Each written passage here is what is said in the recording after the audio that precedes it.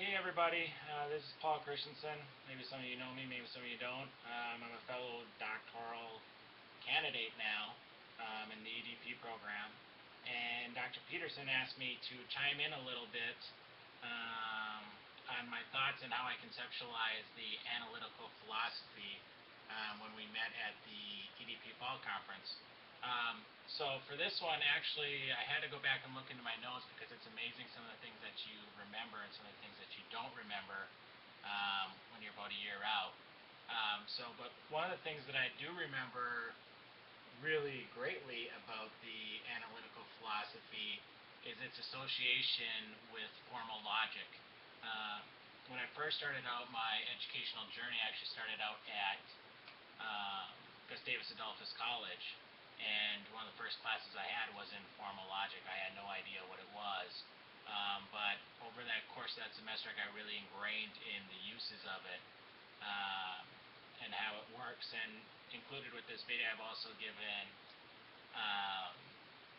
Claudette an overview, kind of a crash course video that I thought was really good that helped to explain what formal logic is and how a lot of these analytical philosophers actually think about the world. It's very similar to kind of the positivistic approach, which you might know about a little bit. But basically my definition of it that I wrote down in class last year in regards to analytical philosophy is the mathematical dissection of words and statements that form our philosophical questions and arguments in search for the truth. So basically one thing during formal logic class, my instructor always would say, break it down, break it down, break it down. And what you would do is you would actually break down a series of questions or arguments or statements to find out truth and make sure that emotion's not being tied into anything and saying, okay, is this statement really true? And what you can see in the video are some good examples. He gives some good examples over his series.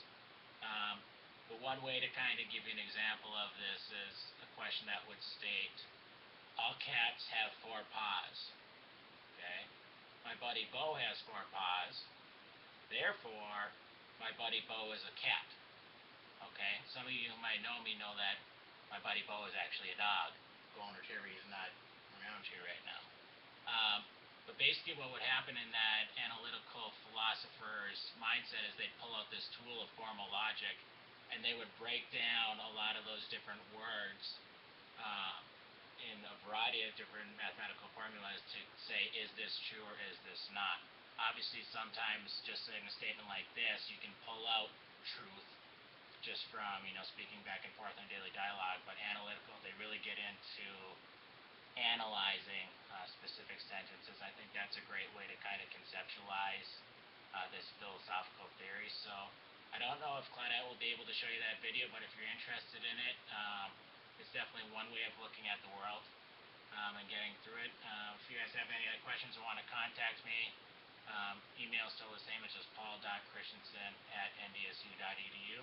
I hope you're all enjoying your EDP journey and getting lost, and hope to see you around soon.